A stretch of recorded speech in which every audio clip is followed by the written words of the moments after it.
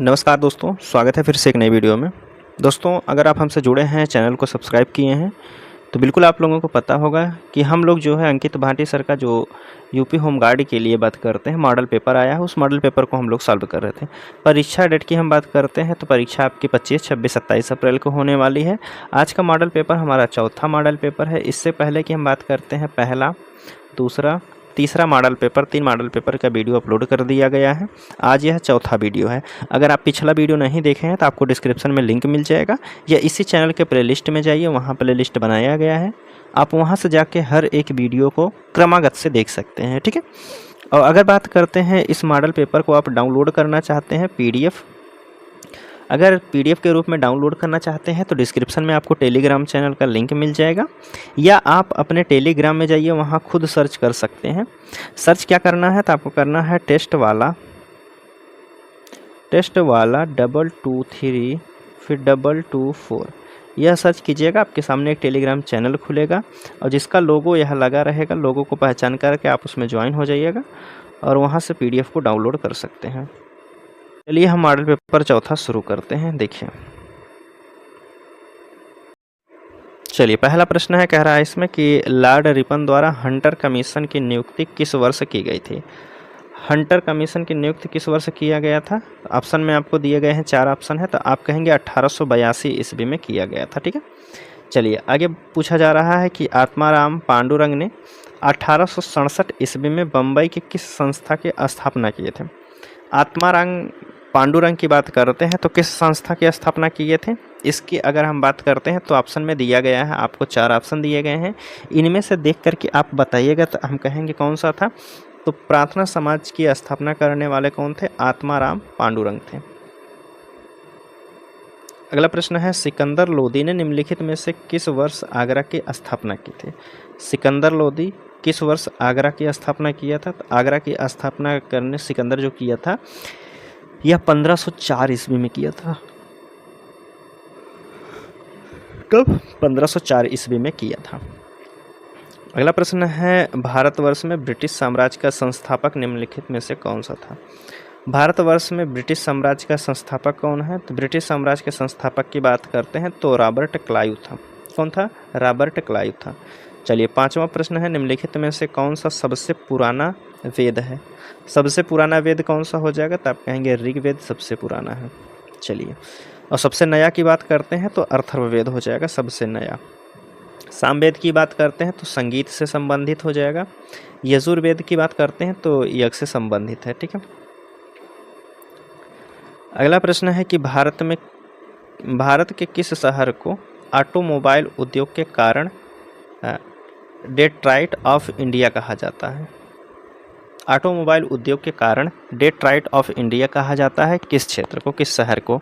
आप कहेंगे यह कहा जाता है, आपके कौन सा शहर है? तो यह शहर आपका हो जाएगा चेन्नई को कहा जाता है। कौन सा शहर है? चेन्नई हो जाएगा। चलिए छठवां प्रश्न हो गया। सातवां प्रश्न कह रहा है कि मांडवी सागर तट स्थित है। मांडवी सागर किस तट को कहा जाता है? तो मांडवी सागर सभी को पता है, गुजरात तट को कहा जाता है मांडवी सागर। चलिए अगला प्रश्न है, पूर्वोत्तर भारत में स्थानांतरण कृषि को किस रूप में जाना जाता है।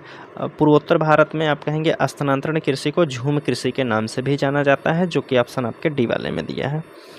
निम्नलिखित में से किस राज्य में अबोर की पहाड़ियां हैं? डफला, अबीर, मिसमी, यह पहाड़ियां कहाँ की हैं? और अबोर हमसे पूछा गया है।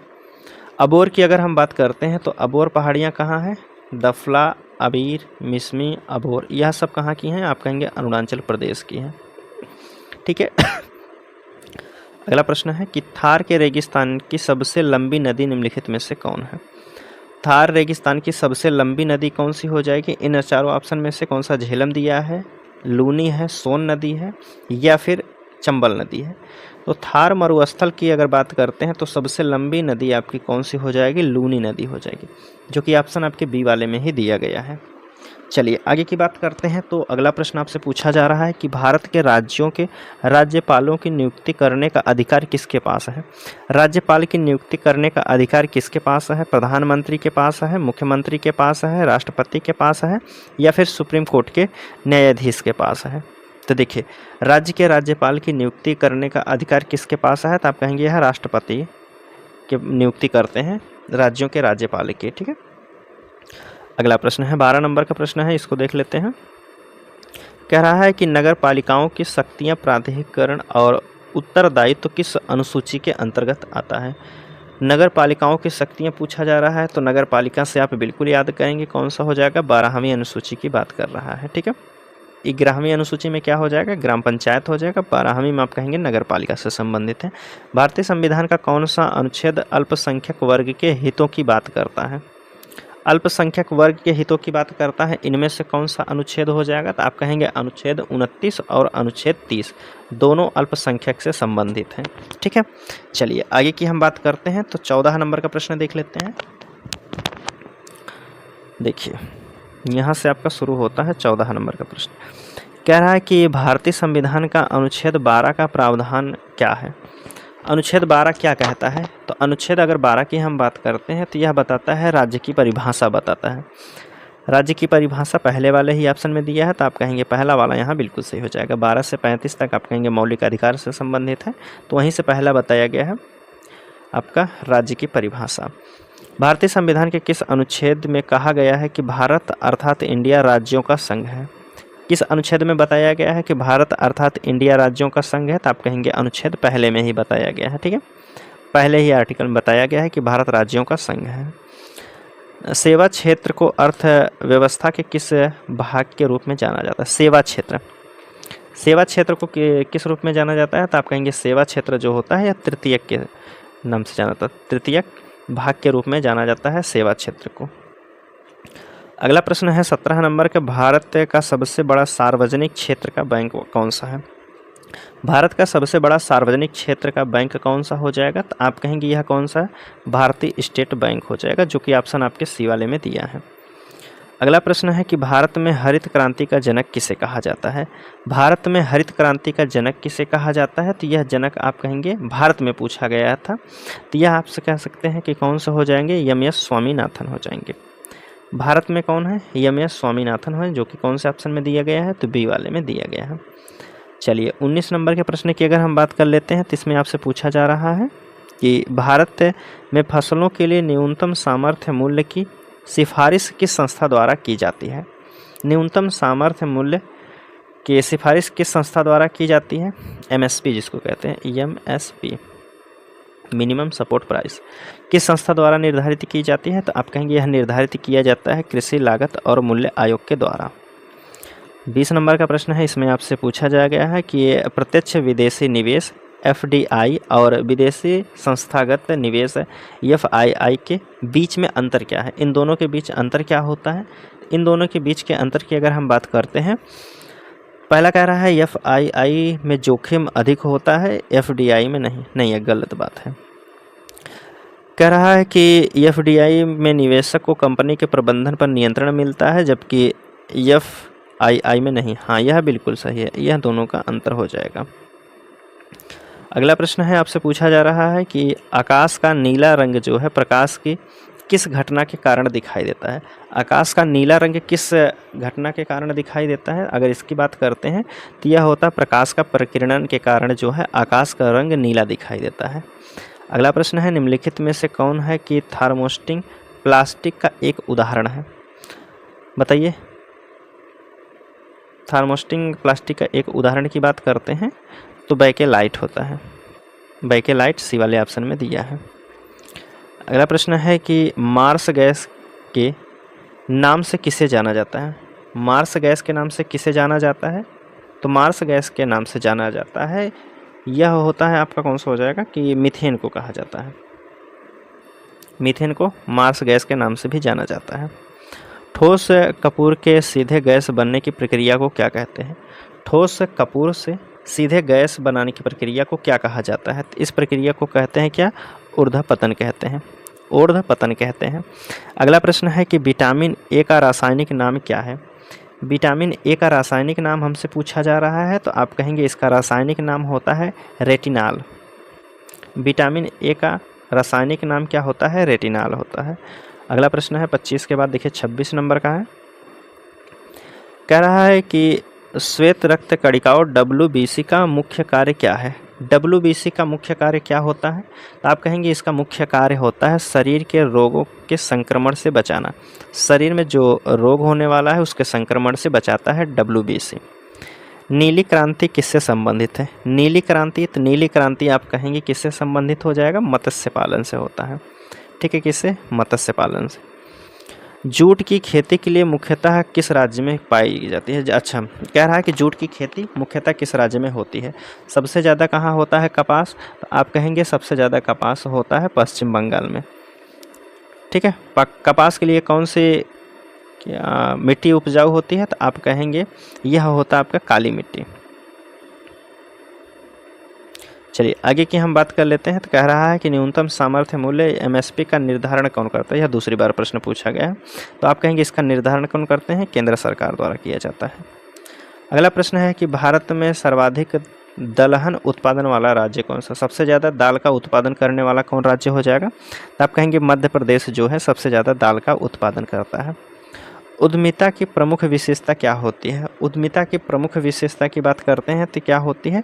तो नवाचार करना तथा जोखिम वहन करना। डी वाले ऑप्शन में दिया है। इसमें कह रहा है कि सार्वजनिक क्षेत्र उपक्रम PSU का मुख्य उद्देश्य क्या होता है? सार्वजनिक क्षेत्र उपक्रम का मुख्य उद्देश्य क्या होता है? तो इसका मुख्य उद्देश्य की अगर बात करते हैं तो सामाजिक एवं आर्थिक विकास करना होता है सार्वजनिक क्षेत्र उपक्रम का उद्देश्य। कह रहा है कि डिजिटल भुगतान का प्रमुख लाभ क्या है? डिजिटल भुगतान का प्रमुख लाभ क्या है? डिजिटल भुगतान का प्रमुख लाभ क्या होता है? तो आप कहेंगे पारदर्शिता और सुरक्षा से संबंधित होता है। डिजिटल भुगतान करते हैं तो आपकी पारदर्शिता बनी रहती है और सिक्योर भी रहता है। आगे बात करते हैं निवेश का सही अर्थ क्या होता है? निवेश का सही अर्थ क्या होता है? निवेश के सही अर्थ की अगर हम बात करते हैं तो निवेश का सही अर्थ होता है भविष्य में लाभ की आशा से धन लगाना। आप निवेश कर दिए हैं तो यही सोच के लगाए हैं कि हमको भविष्य में आगे इस पैसा का काम मिल जाएगा। ठीक है, कह रहा है कि ग्रीन पीस क्या है? ग्रीन पीस की बात करते हैं तो ग्रीन पीस क्या होता है? तो यह होता है पर्यावरण के एक संगठन है ग्रीन पीस। चलिए जैव मंडल क्या है इसकी बात कर लीजिए। जैव मंडल की बात करते हैं तो जैव मंडल क्या होता है? यह होता है आपका जीवों के निवास क्षेत्र। जीवों के निवास क्षेत्र को जैव मंडल कहते हैं।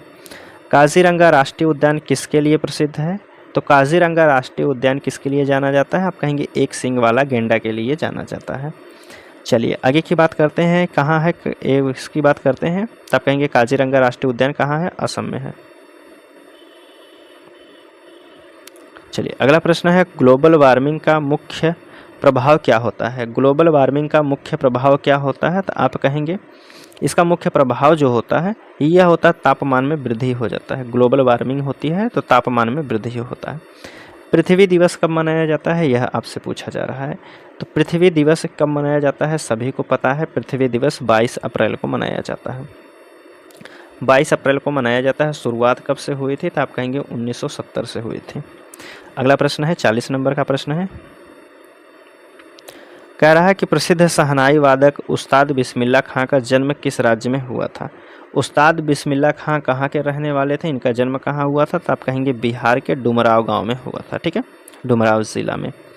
अगला है उत्तर प्रदेश में कबीर महोत्सव का आयोजन कहाँ किया जाता है? कबीर महोत्सव कहाँ किया जाता है? कबीर महोत्सव की बात करते हैं तो यह मगहर में संत कबीर नगर में किया जाता है। अगला प्रश्न है कि निम्नलिखित में से कौन सा नृत्य बुंदेलखंड का लोक नृत्य नहीं है? बुंदेलखंड का लोक नृत्य नहीं है कौन सा? तो आप कहेंगे कर्मा जो है बुंदेलखंड का लोक नृत्य नहीं है। कर्मा की बात करते हैं तो यह उत्तर प्रदेश का, उत्तर प्रदेश क्षेत्र की बात करते हैं तो सोनभद्र और मिर्ज़ापुर के क्षेत्र में यह किया जाता है कर्मा। बेगम अख्तर का संबंध किस विधा से है? बेगम अख्तर की अगर हम बात करते हैं तो इनका संबंध जो हो जाएगा यह हो जाएगा आपके गज़ल और ठुमरी गायन है। गज़ल और ठुमरी गायक हैं। कौन? बेगम अख्तर। कह रहा है कि शाकुंभरी देवी का मेला, शाकुंभरी देवी का मेला कहाँ आयोजित होता है? शाकुंभरी देवी का मेला की अगर हम बात करते हैं तो यह उत्तर प्रदेश के सहारनपुर जिले में लगता है। कौन सा? शाकुंभरी देवी का मेला। उत्तर प्रदेश में राजश्री टंडन मुक्त विश्वविद्यालय कहाँ स्थित है? उत्तर प्रदेश में राजश्री टंडन मुक्त विद्यालय कहाँ हो जाएगा विश्वविद्यालय? इसकी अगर हम बात करते हैं तो यह कहाँ है आपके, तो आप कहेंगे यह है प्रयागराज से स्थित है। ठीक है, आगे की बात कर लेते हैं। अगला प्रश्न है 46 नंबर, कह रहा है कि उत्तर प्रदेश में उर्दू अकादमी की स्थापना कब की गई थी। उत्तर प्रदेश में उर्दू अकादमी की स्थापना कब की गई थी, तो आप कहेंगे 1972 में की गई थी। अगला प्रश्न है, कह रहा है कि यह भारतीय सूचना प्रौद्योगिकी संस्था का उत्तर प्रदेश में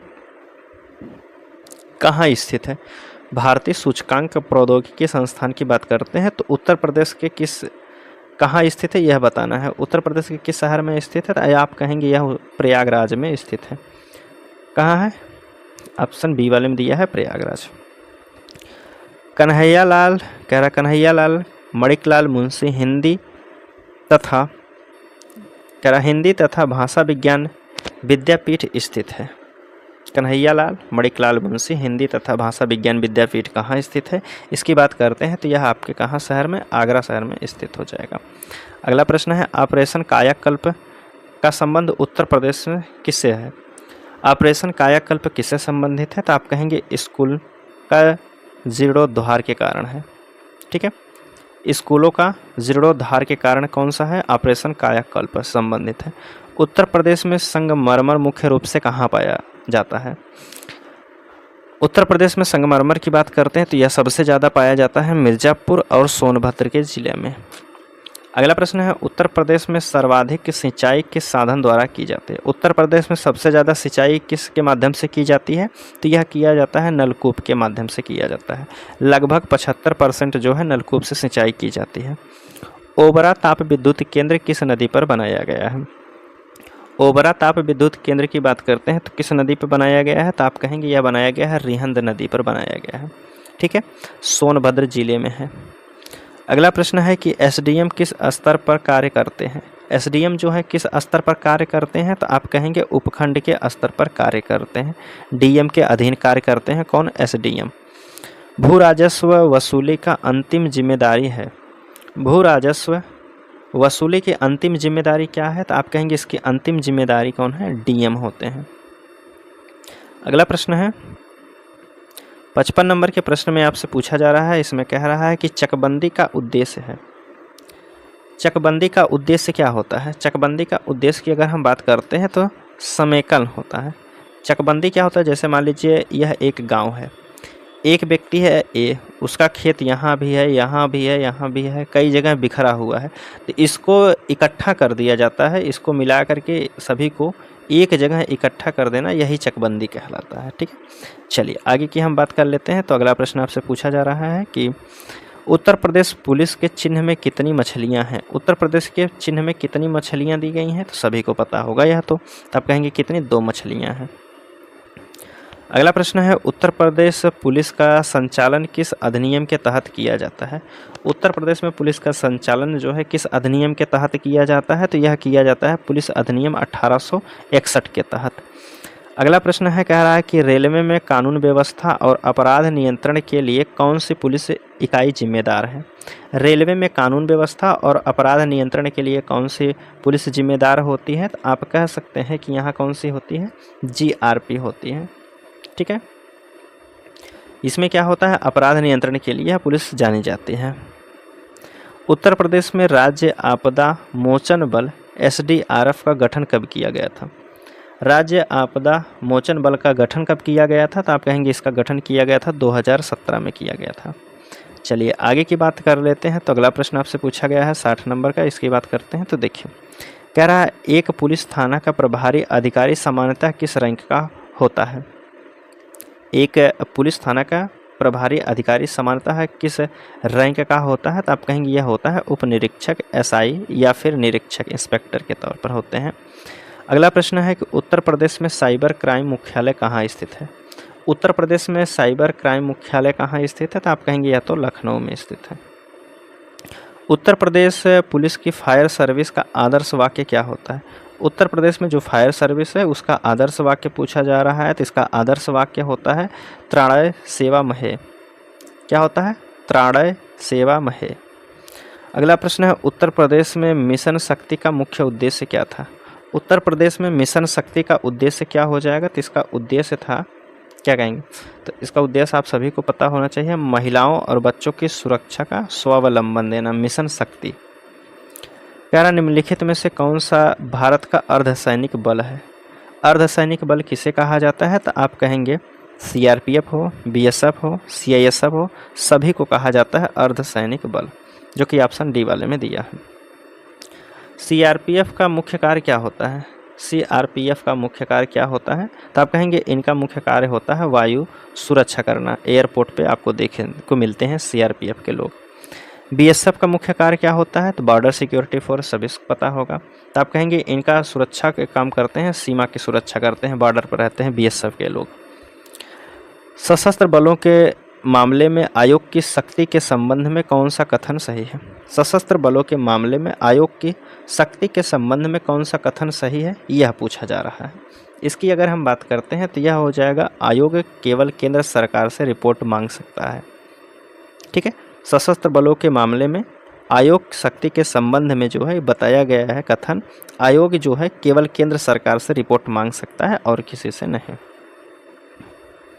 68 नंबर का प्रश्न है आपके सामने। इसमें आपसे पूछा जा रहा है कि अधिनियम की धारा 2 के 1 के डी के अनुसार मानवाधिकार में किन अधिकारों को शामिल किया गया है? मानवाधिकार में किन को शामिल किया गया है?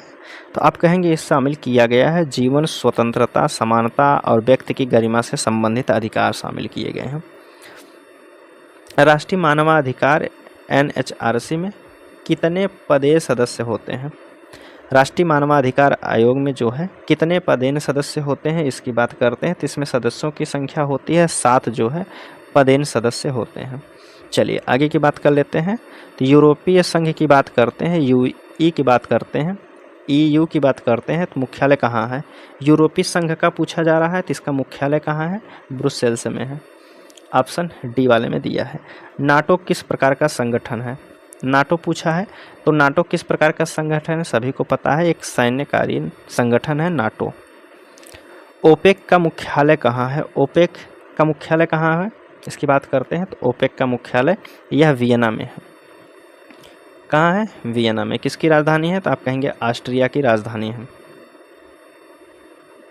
ऑस्ट्रिया की राजधानी है वियना। चलिए, भारत में सुशासन दिवस कब मनाया जाता है? भारत में जो है सुशासन दिवस कब मनाया जाता है? तो यह सुशासन दिवस आपका मनाया जाता है 25 सितंबर को मनाया जाता है। अगला प्रश्न है अंतर्राष्ट्रीय महिला दिवस कब मनाया जाता है? तो अंतर्राष्ट्रीय महिला दिवस की अगर हम बात करते हैं तो यह मनाया जाता है 8 मार्च को। कब मनाया जाता है? 8 मार्च को। भाप के इंजन का उन्नत मॉडल किसने विकसित किया है? भाप के इंजन का जो उन्नत मॉडल है वह किसने विकसित किया है? तो आप कहेंगे इसको विकसित करने वाले व्यक्ति हैं जेम्स वाट। चलिए अगला प्रश्न है सत्यार्थ प्रकाश किस समाज, कह रहा है कि सत्यार्थ प्रकाश किस समाज सुधारक की प्रमुख कृति है? सत्यार्थ प्रकाश किस समाज सुधारक की प्रमुख कृति है? तो यह कृति है किसकी है? तो आप कहेंगे स्वामी दयानंद सरस्वती द्वारा लिखा गया है। ठीक है, प्रकाशन कब हुआ था? 1875 ईस्वी में। कह रहा है कि किसने 1857 के विद्रोह में भारत का प्रथम स्वतंत्रता संग्राम अपनी पुस्तक में लिखा है? किसने 1857 के विद्रोह को भारत का प्रथम स्वतंत्रता संग्राम अपनी पुस्तक में लिखा है? यह व्यक्ति कौन हो जाएंगे? तो लिखने वाले हैं वी.डी. सावरकर जी हैं। वी.डी. सावरकर जी लिखे हैं। अगला प्रश्न है महादेवी वर्मा को किस पुस्तक के लिए ज्ञानपीठ पुरस्कार मिला था? महादेवी वर्मा के लिए किस पुस्तक पर ज्ञानपीठ पुरस्कार मिला है? तो आप कहेंगे यामा, जो उनकी पुस्तक है उसके लिए ज्ञानपीठ पुरस्कार मिला है। HTTP का फुल फॉर्म हमसे पूछा जा रहा है। इसकी अगर हम बात करते हैं तो हाइपर टेक्स्ट ट्रांसफ़र प्रोटोकॉल होता है। हाइपर टेक्स्ट ट्रांसफ़र प्रोटोकॉल होता है, जो कि ऑप्शन आपके बी वाले में दिया है। अगला प्रश्न है इंटरनेट का जनक किसे माना जाता है? इंटरनेट के जनक की बात करते हैं विंट सेर्फ को माना जाता है इंटरनेट का जनक कहा जाता है। अगला प्रश्न है आपसे पूछा जा रहा है कि विश्व सोशल मीडिया दिवस कब मनाया जाता है? विश्व में सोशल मीडिया दिवस कब मनाया जाता है? तो आप कहेंगे इसे 30 जून को मनाया जाता है। ऑप्शन सी वाले में दिया है। कह रहा है कि कार्यस्थल पर यौन उत्पीड़न अधिनियम कब बना था? कार्य स्थल पर यौन उत्पीड़न अधिनियम कब बनाया गया है? तो आप कहेंगे यह बनाया गया है 2013 में। 3 तलाक को अपराध बनाने वाला कानून कब बना? 3 तलाक को अपराध बनाने वाला कानून कब बना है? तो आप कहेंगे यह बना है 2019 में, 3 तलाक। ठीक है, आगे बात करते हैं। अगला पूछा जा कि वन स्टॉप सेंटर को क्या कहते हैं? वन स्टॉप सेंटर की अगर हम बात करते हैं तो उसे कहते हैं सखी केंद्र कहते हैं। राष्ट्रीय आपदा प्रबंधन प्राधिकरण का अध्यक्ष कौन होता है? ANDMA का अध्यक्ष कौन होते हैं? राष्ट्रीय आपदा प्रबंधन प्राधिकरण। इसके अध्यक्ष की बात करते हैं तो यह होते हैं प्रधानमंत्री होते हैं, पहले वाले ऑप्शन में दिया है। इंद्रधनुष में हमेशा सूर्य की किस दिशा में बनता है? इंद्रधनुष हमेशा जो है सूर्य के किस दिशा में बनता है? तो यह आप कहेंगे हमेशा बनता है, ज़्यादातर बनता है सूर्य के विपरीत दिशा में बनता है, तभी दिखाई देता है। अगला प्रश्न है सोनार का मुख्य उपयोग क्या है? सोनार का मुख्य उपयोग क्या है? तो आप कहेंगे सोनार का जो मुख्य उपयोग हो जाएगा यह होता है समुद्र की गहराई और पानी के अंदर वस्तुओं का पता लगाना सोनार कहते हैं। कृषि क्षेत्र में महत्वपूर्ण प्रधानमंत्री कृषि सिंचाई योजना का प्रमुख लक्ष्य निम्नलिखित में से क्या है?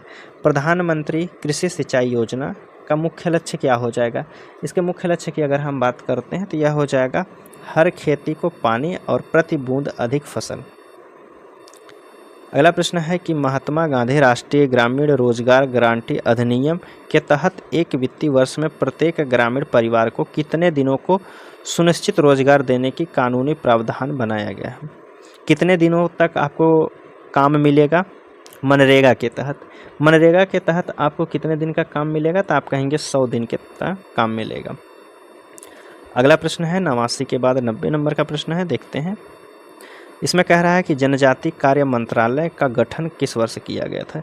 जनजाति कार्य मंत्रालय का गठन किस वर्ष किया गया था? तो आप कहेंगे 1999 में किया गया था, बी वाले ऑप्शन में दिया है। 91 नंबर का प्रश्न है, इसमें आपसे पूछा गया है कि केंद्र सरकार द्वारा 2020 में मानव संसाधन विकास मंत्रालय का नाम बदल करके नया नाम क्या रखा गया है? केंद्र सरकार द्वारा 2020 में मानव संसाधन विकास का मंत्रालय का नाम बदल दिया गया है, उसके स्थान पर नया नाम क्या दिया गया है? तो आप कहेंगे शिक्षा मंत्रालय दिया है। अगला प्रश्न है कि भारत में सबसे कम लिंगानुपात वाला राज्य कौन सा है? भारत में सबसे कम लिंगानुपात वाला राज्य कौन सा हो जाएगा? सबसे कम की बात करते हैं तो हरियाणा हो जाएगा। अगला प्रश्न है कि 2011 की जनगणना के अनुसार उत्तर प्रदेश की कुल जनसंख्या कितनी थी? उत्तर प्रदेश में कुल जनसंख्या कितनी थी 2011 की जनगणना के अनुसार? तो आप कहेंगे 19.98 करोड़ थी, लगभग 20 करोड़। उत्तर प्रदेश का सर्वाधिक जनसंख्या वाला जिला कौन सा हो जाएगा? सबसे ज़्यादा जनसंख्या कहाँ रहती है, किस जिले में रहती है? तो आप कहेंगे सबसे ज़्यादा उत्तर प्रदेश में प्रयागराज, इलाहाबाद में सबसे ज़्यादा जनसंख्या रहती है। उत्तर प्रदेश का न्यूनतम जनसंख्या वाला जिला कौन सा है? न्यूनतम जनसंख्या वाला जहां सबसे कम लोग रहते हैं वह कौन सा जिला हो जाएगा? सबसे अधिक की बात करते हैं तो प्रयागराज, सबसे कम की बात करते हैं तो महोबा हो जाएगा। कह रहा है कि बटरफ्लाई स्ट्रोक का संबंध किस खेल से है? बटरफ्लाई स्ट्रोक का संबंध किस खेल से है? इसकी बात करते हैं तो यह तैराकी से संबंधित है। संतोष ट्रॉफी किस खेल से संबंधित है? संतोष ट्रॉफी की बात करते हैं, इसका संबंध जो हो जाएगा यह फुटबॉल से संबंधित है। आयरन शब्द का प्रयोग किस खेल में किया जाता है? आयरन शब्द का प्रयोग किस खेल में किया जाता है? तो आप कहेंगे इसका प्रयोग जो है गोल्फ में किया जाता है। क्रिकेट विश्व कप का पहला आयोजन किस वर्ष किया गया था? क्रिकेट विश्व कप का पहला आयोजन कब हुआ था? तो आप कहेंगे यह हुआ था 1975 में हुआ था। ठीक है, 1975 में हुआ था। अगला प्रश्न है कि चेकमेट शब्द किस खेल से संबंधित है? चेकमेट जो है शब्द यह किस खेल से संबंधित है? तो आप कहेंगे शतरंज से संबंधित हो जाएगा। ठीक है, तो यहाँ हमारा जो है 100 क्वेश्चन समाप्त होते हैं। बाकी अगर बात करते हैं, आप इसका सॉल्यूशन देखना चाहते हैं तो इस QR कोड को स्कैन करिएगा, आपके सामने इसका सॉल्यूशन मिल जाएगा PDF के रूप में। ठीक है, बाकी वीडियो कैसी लगी है कमेंट के माध्यम से अपनी प्रतिक्रिया ज़रूर दीजिएगा। ठीक है, चलिए मिलते हैं हम आपसे अगले वीडियो में, तब तक के लिए धन्यवाद दोस्तों।